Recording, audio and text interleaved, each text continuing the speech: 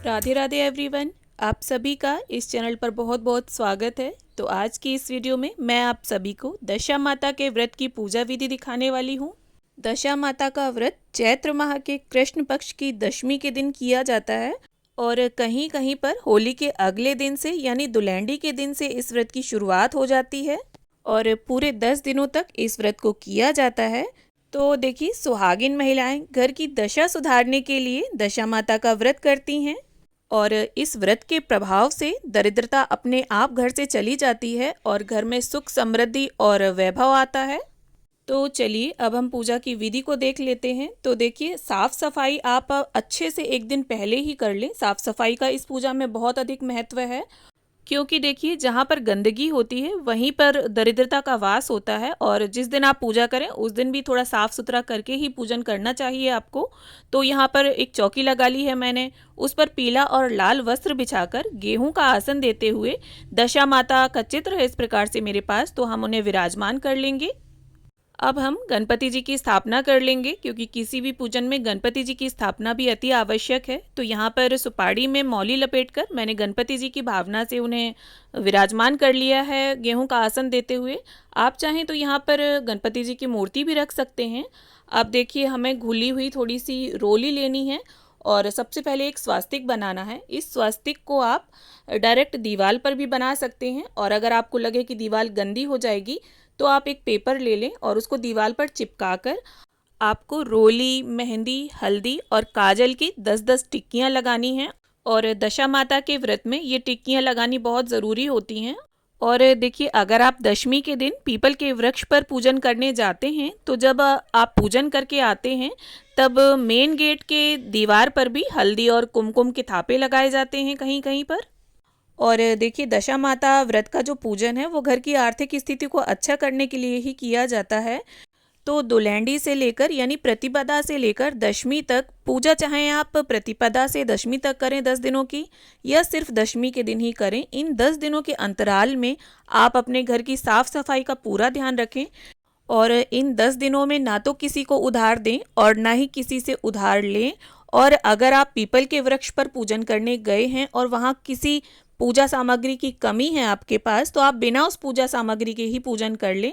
और अगर आपका मन ना माने, आप लेना चाहते हैं, तो जो भी सामग्री आप जिससे लें उसको पैसे उसके तुरंत दे दें। अब इसके साथ ही एक शुद्ध देसी घी का दीपक हम प्रज्वलित करके रख देंगे और गंगा जल और फूल की सहायता से स्नान की भावना से सभी को छींटा दे देंगे। और इसके बाद गणपति जी को वस्त्र की भावना से कलावा अर्पित कर देंगे और जनेऊ अर्पित कर देंगे। अगर आपके पास जनेऊ ना हो तो कच्चे सूत को या कलावे को 7 बार लपेट कर आप जनेऊ की भावना से अर्पित कर सकते हैं। अब इसके बाद जो भी फूल हो आपके पास आप वो अर्पित करें। अगर दूब घास उपलब्ध हो जाए तो वो भी अर्पित करें गणपति जी को। और इसके बाद दशा माता को यहाँ पर लाल रंग की चुनरी में उड़ा दूंगी। अब देखिए, दशा माता के पूजन में कुछ चीज़ों का विशेष महत्व है, जैसे हल्दी और गेहूं। तो गांठ वाली जो हल्दी होती है आप चाहें तो उसका पेस्ट बना लें और उससे टीका लगाएं। दशा माता को, उनकी सवारी ऊंट को, दीपक को, सभी को आप हल्दी का टीका करें और इसके साथ ही कुमकुम का भी टीका कर दें। और देखिए, गांठ वाली हल्दी अगर आपके पास उपलब्ध ना हो पाए तो आप हल्दी पाउडर का भी पेस्ट बना सकते हैं। अब देखिए, जो भी फूल हों आपके पास आप वो अर्पित करें और अगर फूल ना हो तो बिना फूलों के भी पूजन किया जा सकता है।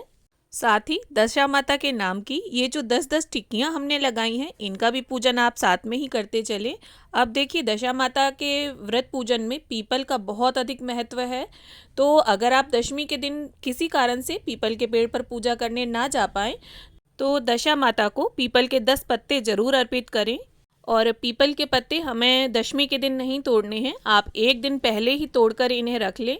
और इस प्रकार से एक पीपल के पत्ते पर मैंने स्वास्तिक बना लिया है हल्दी से। अब देखिए, हमें कच्चा सूत लेना है और आप गिन लें आपके कच्चे सूत में कितने तार हैं, क्योंकि हमें 10 तारों वाला, 10 गांठों वाला डोरा तैयार करना होता है। इस डोरे का सबसे अधिक महत्व होता है दशा माता के व्रत पूजन में।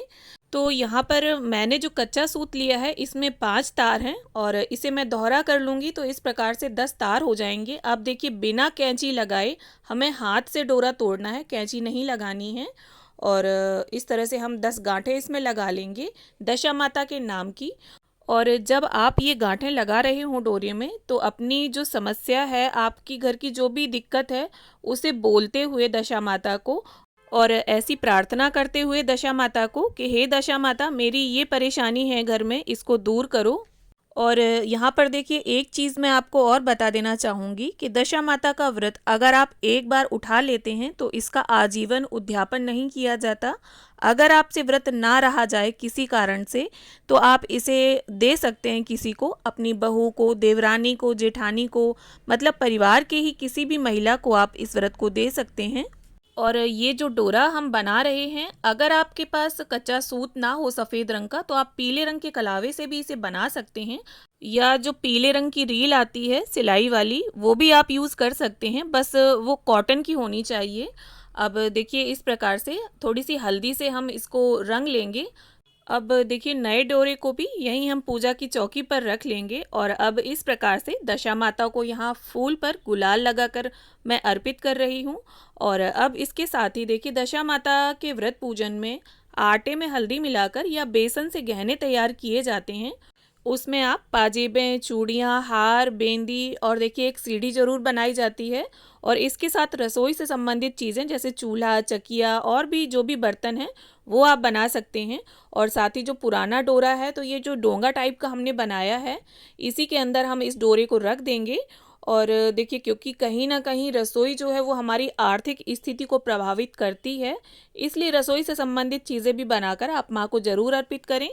अब इसके बाद माँ को हम भोग अर्पित करेंगे। तो दशा माता के व्रत में गेहूं के आटे में कुछ मीठा डालकर गुड़ या चीनी भोग तैयार किया जाता है। उसमें आप 10 गुलगुले बना लें, 10 मीठी पूड़ियाँ बना लें, या आटे की लपसी भी आप बना सकते हैं और 10 चम्मच उसे रखें। अब इसके साथ ही माँ की जो सवारी है ऊँट, उन्हें भी हम गेहूं और दूब घास अर्पित कर देंगे। अब इसके साथ देखिए, कोई भी ऋतु फल आप 10 की संख्या में, जो भी ऋतु फल हो आपके पास, वो अर्पित करें। और इसके साथ ही हमें 1-1 रुपए के 10 सिक्के लेने हैं और इन्हें भी हम यहीं पूजा की चौकी के पास ही रख लेंगे। और इसके साथ माँ को अब हम मुख शुद्धि के लिए 1 लौंग का जोड़ा और 1 इलायची का जोड़ा अर्पित कर देंगे। आप चाहें तो यहाँ पर पान भी अर्पित कर सकते हैं। और अब इसके बाद एक जल का लोटा लेना है हमें और हाथ में गेहूं के 10 दाने लेकर हम दशा माता के व्रत की कथा पढ़ लेंगे या सुन लेंगे। अब देखिए, दशा माता के व्रत में नल दमयंती की जो कथा होती है वो मुख्य होती है। अब देखिए, जो 10 दिन का व्रत पूजन करते हैं, वो पहले दिन 10 कहानियाँ, दूसरे से 9वें दिन तक 7 कहानियाँ और 10वें दिन यानी कि जो लास्ट दिन होता है, दशमी का दिन, उस दिन वापस से 10 कहानियाँ पढ़ते या सुनते हैं। तो देखिए, अगर आप पीपल के वृक्ष पर गए हैं और ग्रुप में कोई पढ़ रहा है, कोई सुन रहा है कहानी, तब तो अच्छी बात है। लेकिन किसी कारण से अगर आप पीपल के वृक्ष पर ना जाएं, घर पर पूजन करें और अकेले हैं, आप कहानी पढ़ रहे हैं, तो एक दीपक जलाकर ज़रूर रखें। अब देखिए, अगर आप पीपल के वृक्ष पर जाते हैं पूजा करने, तो वहीं पीपल की जड़ में इस पुराने डोरे को दबा दें और साथ में थोड़ी पंजीरी और गुड़ पीपल की जड़ के आसपास डाल दें, जिससे चींटियाँ उसे चुन लेंगी। इसके साथ ही अब हम गणपति जी की, दशा माता की, सभी की प्रेम पूर्वक आरती उतार लेंगे। और देखिए, दशा माता के व्रत में नमक का सेवन नहीं किया जाता है। एक समय गेहूं के आटे से बना मीठा भोजन खाया जाता है। अब देखिए, आरती संपन्न करने के बाद जितनी आपकी इच्छा हो उतनी दक्षिणा निकाल कर जरूर रख दें। और बहुत से जगह तो सासू माँ के लिए बायना भी निकाला जाता है। तो अगर आपके यहाँ बायना निकाला जाता हो, तो उसे भी निकाल कर आप यहीं पूजा की चौकी के पास रख लें और हाथ जोड़कर माँ से क्षमा याचना कर लें कि पूजा में अगर किसी भी प्रकार की कोई भूल हो गई हो, तो माता हमें क्षमा करें और हमारे घर की आर्थिक स्थिति को अच्छा करें। और इसके बाद गंगा जल और फूल की सहायता से समस्त पूजा का आप 3 बार जल फेरते हुए आचमन कर लें। और अब देखिए, ये जो नया डोरा हमने तैयार किया है, इसे या तो आप अपने मंगलसूत्र या चैन में बांध सकते हैं, या इसी डोरे में लॉकेट या छल्ला डालकर पहन सकते हैं। और या इसके अलावा आप हाथ में भी इसे बांध सकते हैं। और बहुत से लोग तो पूरे साल इसे बांध कर रखते हैं। लेकिन अगर आप पूरे साल इसे ना बांध पाएँ, तो बैशाख महीने के शुक्ल पक्ष में किसी भी अच्छे वार में खोलकर इसे किसी डब्बी में करके सुरक्षित और पवित्र स्थान पर रख दें। तो आशा करती हूँ वीडियो में दी गई जानकारी आप सभी के लिए उपयोगी सिद्ध हो। वीडियो अगर अच्छी लगे तो इसे लाइक शेयर करें। और हम महिलाएं अपने तीज त्यौहार कैसे मनाती हैं, व्रतों में पूजा कैसे करती हैं, ये जानने के लिए चैनल को सब्सक्राइब जरूर कर लें।